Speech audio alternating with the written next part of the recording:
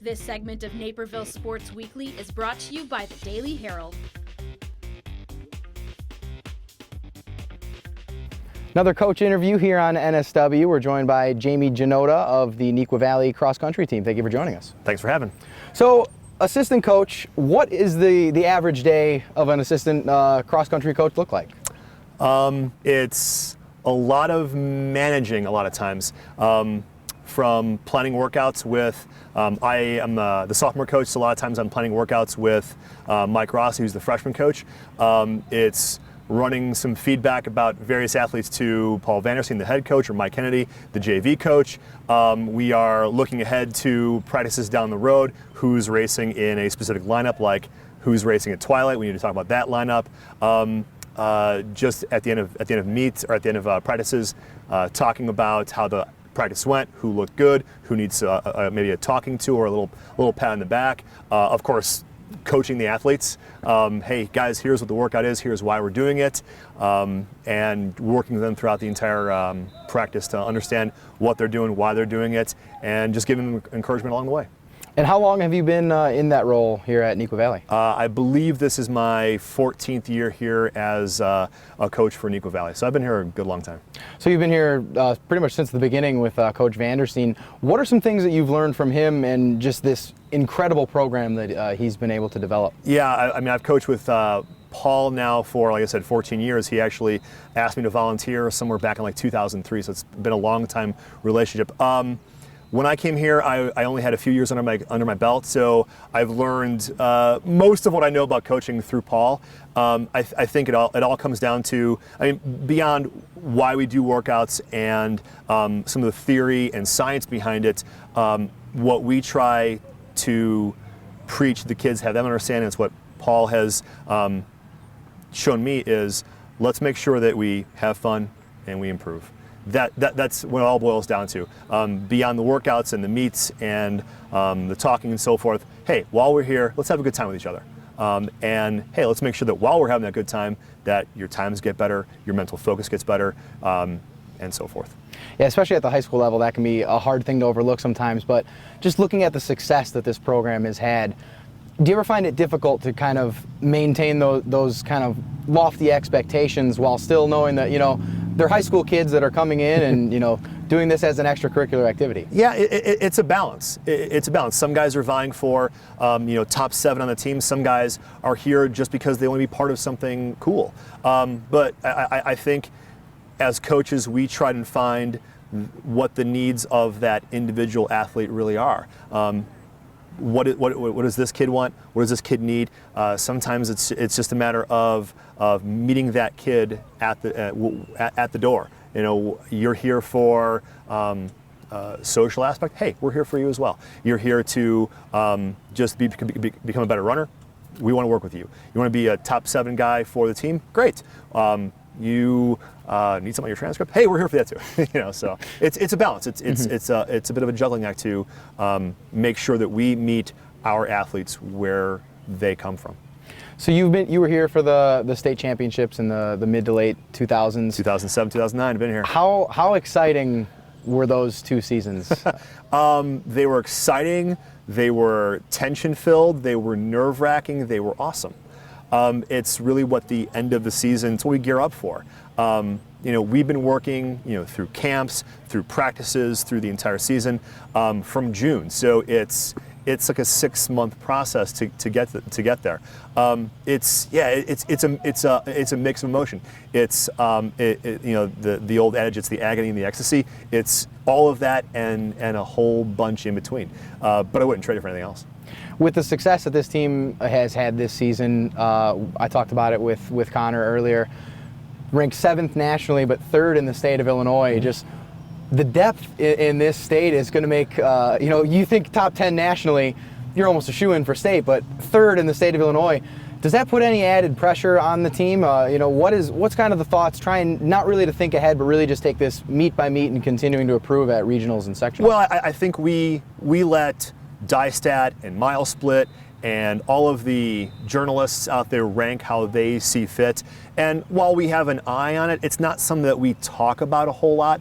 We know that our focus is as it's been for as long as I've been around, to do as best as we can and state as we possibly can. We've had 10 years straight where we've been a top 10 team. We want to keep that up, no doubt.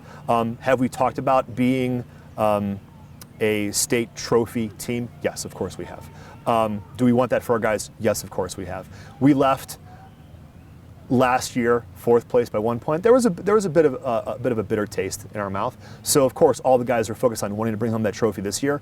But I also think I spoke to balance earlier.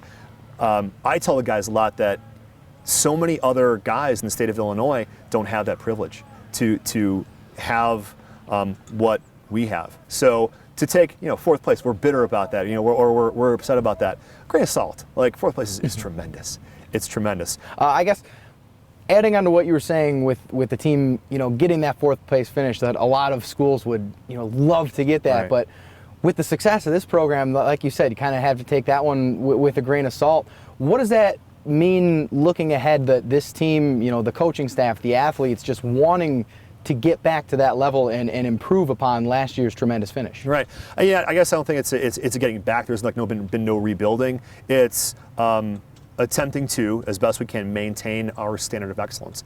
And it really goes back to what I said, making sure that we improve, make sure that we're having fun while we do it, making sure that the workouts are done to the best of our ability, and that we are here to help one another. It's very easy to see it as we're just here to win titles, or we're just here to try and bring home medals and so forth. It's that, no doubt, but it's also a matter of trying to help our student athletes, our guys, become better men. And I think that is a wonderful process to engage in through this great sport of running. Boys become men through cross country because of the obstacles that are placed in front of them, because of the mental toughness that is instilled in them through our program, and through having to go out there and compete at a very high level. And that's a beautiful intrinsic quality about running that, again, the trophies are great. They really are. They're amazingly fun. But when athletes leave our program and come into our program, and we know that they become better men through it, no trophy can top that. What have been some high points from this season that you've taken so far, whether it be with individual athletes or the team as a whole? Yeah. The depth in this team is phenomenal this year. Paul and Coach Kennedy, Coach Rossi, we've all talked about, we don't think we've ever had this kind of depth in the, I think the program's been around Neuqua's been open like about 19 years. We've never had this kind of depth where Connor and I were actually talking about it before the interview began, like, okay, hey, pick your top 7. Like, who's going to be at state? Like, I don't know, there's so many guys. There are so many guys. And definitely a good problem to have. Oh, it's a great problem to have, no doubt. The depth is amazing. The depth is amazing, which just speaks to how committed so many guys have become. As a sophomore coach, I love seeing the freshman come out for a team, not really know what he's doing when he first comes out with us, and then as a sophomore begin to blossom into a great runner. I've seen that with Evan McVitie. I've seen that with Tyler Bombasino, Danny Winnick, Ryan Kennedy, Quentin Quagliano, and Alex Johnson. That core of the program, I love seeing them come into their own. And as sophomores, that's where you really begin to see their talents. That's been a joy of mine as I coach the sophomores. And of course, there's a great pleasure and satisfaction you take from being a really good team. And it's great to see the end result of being ranked 3rd or 7th in the nation, but as a coach you get to see it because you saw all the work from June all the way until November. You get to see into the entire process, not just the ranking. You get to see all the miles put in. That's a great pleasure. Now, you talked about picking the top 7 on this team seems almost an impossible task. How is that process going to be made? Is that going to be strictly based on times coming from regionals, sectionals, or is that something just the coaches are going to... so often it is. It's as we get to Twilight, conference, regionals, sectionals, it becomes, okay, well, what are the top times? Okay, let's see them ranked. Okay, and Coach Vandersteen always speaks to, we got to go with who's hot. Because in years previous, we've looked at, okay, well, this guy performed this well at the Hornet Red Devil Invitational in Hinsdale in September. And this guy was really good in Peoria at the end of September. Okay, great. What does that mean now? And it may seem a bit callous, but it really is who's hot now? Who's the best now? Well, he was good in September. Great, but it's about now. And it's about fielding the best team at that moment as a representation of the other 135, 140 guys in the team. It's going to be 7 guys, but those guys are standing in the place of the other 130. And we try and speak to that a lot. A lot of guys will think, well, I'm the 130th guy. What value do I have? No, you're valued because you're important, because if not for you, maybe cheering that guy on over there in a race, he may not get a PR. He may not be as inspired. Maybe you just encourage him during a run. All right. Maybe you were just cheering there for the top 7. You are an integral part of our team. Those 7, the representation. How do we choose who's hot? Best times, that's the easy part, I guess. But it really is also at times having a certain faith in a guy. Like, I know this guy is going to peak, and that's, I think, an aspect of choosing a top 7 that maybe some people don't see. There are intrinsic qualities of running that you can't just lay out all your cards. Like, okay, he ran this time here, he ran that time here. I think sometimes there's a matter of experience. Like if you're deciding between, say, a senior and a rising sophomore, all right, well, that senior may have run state before. He knows that races. He knows the pressure of that race. Maybe you go with that senior because of race experience. Or maybe they're equal and the sophomore he is rising and that senior maybe doesn't have as much of a ceiling. You go with the sophomore. You know, it is a lot of intellectual, professional guesstimation at times. Twilight coming up later this week, regionals, sectionals, state. What are some things that you as a coach are just hoping to see from your athletes at each of these final meets down the home stretch? The freshmen, sophomores who I coach with Mike Rossi, who's just a phenomenal coach. He's a great guy. We have 2 meets left. We have Twilight and we have Conference. We're now into the coaches phrase it differently. Some call it tapering, some call it sharpening. I just go with tapering. It's kind of an older school term.